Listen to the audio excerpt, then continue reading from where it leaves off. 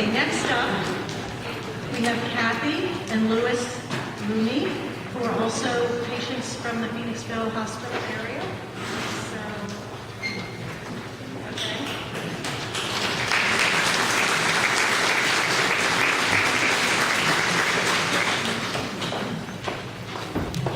Good evening, everyone.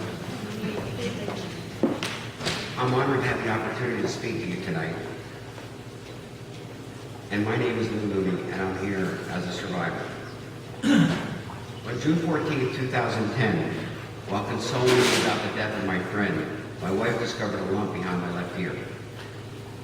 A visit to the family doctor, the ENT, and the CT scan confirmed all of our fears. I had cancer.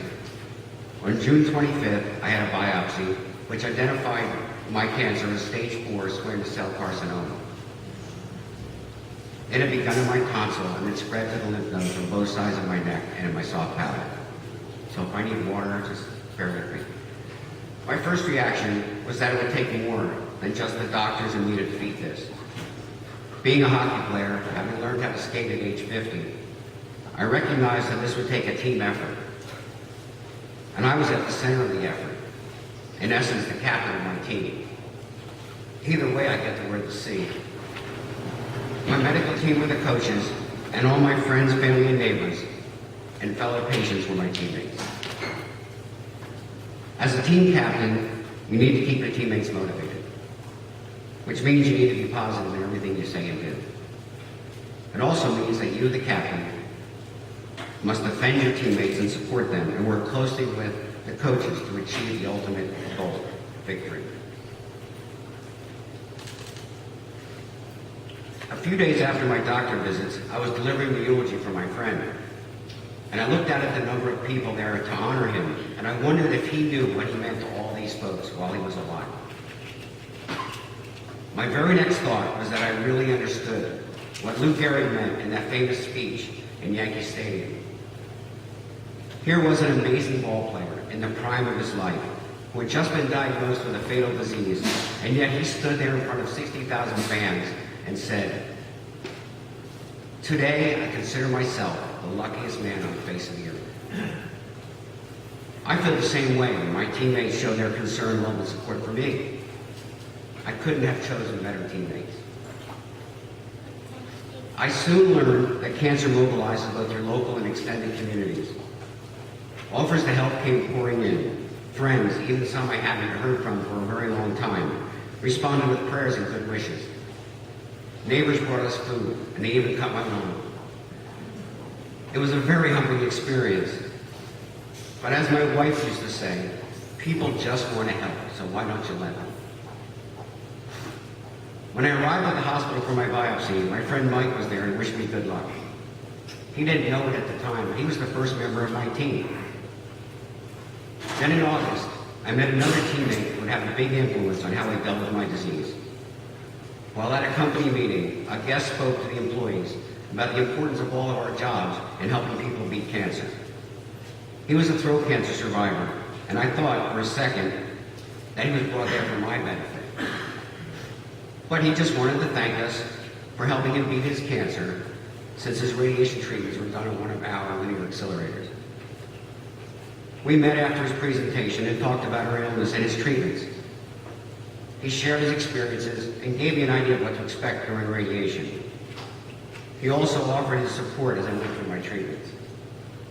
Ed also told me about a book he had written about his experience, and I ordered a copy and donated it to the Cancer Center because it was so inspiring. It's very cool to meet so many people who are willing to share their private thoughts and fears. The experience for me has been amazing and life-changing. So much so that I think we all should have our own ceremonies and secret handshakes. I'm honored to have met some wonderful folks who inspire me and others. As with any battle, I knew there were going to be good days and bad days. But my plan was to have only good days and great days during treatments. And it really worked. My treatments sucked. But I found people that made me laugh, and I spent as much time with them as I could. Also, I never took myself too seriously. I did look different with no hair. And sometimes I felt like that old toy where you had the picture of the bald guy on a card with iron filings, and he used a magnet to give him hair or a mustache. I looked high and low, and I could never find my magnet. Everyone on our team was essential to our success. My coaches, Dr. Holroyd, Dr. Chen, Dr. Feiner, Joanne, Mary, and all the dedicated professionals at the Cancer Center guided me through my treatments and answered all our questions. I knew I would really miss them when it was all over. I wasn't going to miss the treatments, but the people for sure. I had been seeing them almost every day for a long time, and they've become like family. There will always be a special place in my heart for them, and they will continue to coach me through my checkups and follow-ups. How are we doing? I especially want to thank my assistant captain, my white captain. She is and has been amazing throughout this whole experience. Sometimes I got frustrated, maybe even a little bit grumpy. She called it my roid rage when I was going through chemo. She's remained positive and supportive and keeps trying to find foods that I can eat. I know I couldn't have done this without her. Now, if she could just learn to skate. I love that. One day I received a very special gift. Mark Johnson, a hockey player friend, wrote an amazing poem about me. It was wonderful and moving. I believe that cancer and hockey bring out the best in people, and hockey people are the best in my life. Thank you, Mark. Your poem is prominently displayed on my victory wall, and I read it very often. Another time I received a letter from our son, Nick, that related hockey and cancer to the interaction between teammates in a game. I'm sure you'll see the similarities. It goes something like this. Dad, so this is just another shift in your game. I am not sure how you're feeling at this point, but I know you're strong. Sometimes you might feel like you're down a man on a penalty kill, but actually you're more than one man up on this whole thing. Not only do you have your coaches, but you have your friends and family too. When I was younger and learning to play hockey, you taught me a very important lesson. Well, several, but this is just one. Yelling at the ref and arguing with the call is not very fruitful. Instead, take the time off, those wonderful 2 minutes you get to yourself, to calm down and get back in the game. So when you're having a bad day, physically or emotionally, take 2 minutes to get your head back in it. We have a bench full of teammates ready to skate your shift and help out.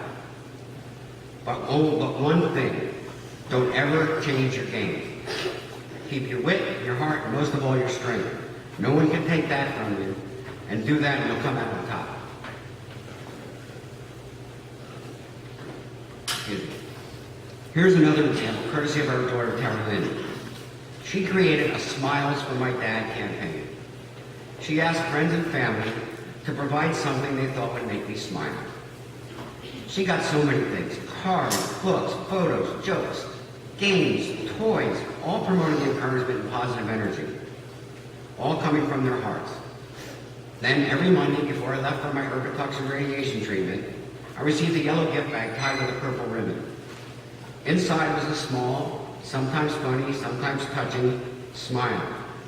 On subsequent radiation days, I received an envelope with a smile inside. I thought this was really great. The response she received from my teammates was extraordinary. And I really look forward to getting my smile every day before going to radiation. Tara Lynn, I love you. My last day of radiation was really interesting, and my team rallied one more time. My sisters, both cancer survivors themselves, called from Mexico to tell me they were celebrating with a margarita. Not a bad way to celebrate. Then our son Nick sent me a video of him ringing the bell in the quarterdeck of Camp Arafat in Kuwait. This was all done in my honor. He had gotten special permission from the commanding officer to do it. I thought that was really cool. My friend Jock and his son stopped by to shave their heads as a show of solidarity. It's just astounding what friends will do in order to help boost your spirits. Here I am trying to grow my hair and they're shaving theirs off. Go figure. My first teammate, Mike, called me from Rippies in Nashville so he could toast my success. And of course, I did do a shot of tequila through my peg tube and rang the bell as I promised. We're all on the same team. We all have the same goals. I want my coaches and teammates to know how much of a role they played in my treatment and recovery. It took a total team effort to win.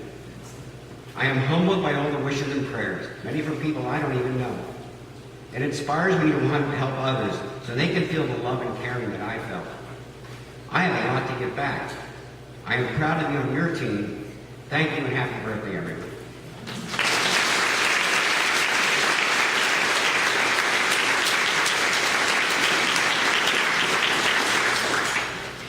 That was great, wasn't it? He's much better than I am.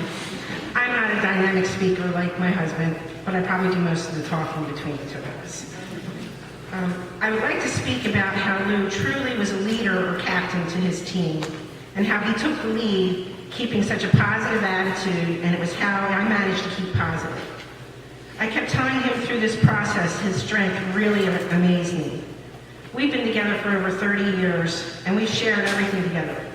But Lou decided that he did not want to know the stage of his cancer.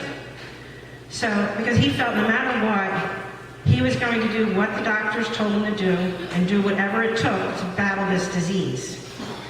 So there I was with the biggest challenge So there I was having to keep a secret from the one person that I used to share everything with. Well, almost everything. Our team, as Lou called it, not only supported him, but me too. Teammates were asking how I was doing and what I could do to help. A girl would stay at the spa, or a friend would take me out for dinner to recharge, and that was really appreciated. I learned that people feel the need to help. This situation can make you feel so helpless. So I gave them all a job. I asked them for one ride to radiation if Lou needed it. And although we never really needed to call in those favors, it gave all of our teammates, as we like to call them, an opportunity to participate in our battle. Being a caregiver teaches you so many things. How to deal with your fears, supporting your children and your other family members, learning how to make your loved one comfortable physically and emotionally. I was so grateful to have the wonderful people behind the Phoenixville Cancer Center behind me. They were always there with a word of advice, and I can't thank them enough from my heart. They were wonderful. Their support was great. I learned that everyone who had ever been through a cancer experience, how important it is to have support. I will give back the help that we received to anyone I know who's been touched by cancer. I think that's the most important thing I've learned from this experience. As a caregiver, it was so important to do all I could to support my hockey player, whether it was organizing appointments and contacts or finding the foods that Lou could eat.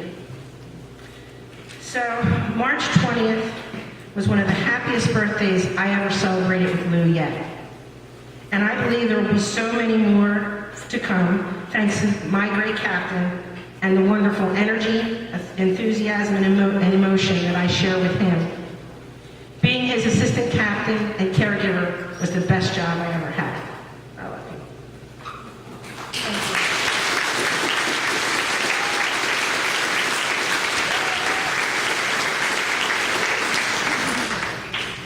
Thank you, Lou and Kathy. I love the sports analogy. I think that really works well for a team. It speaks to everyone. We're going to do a couple more raffles. Thank you.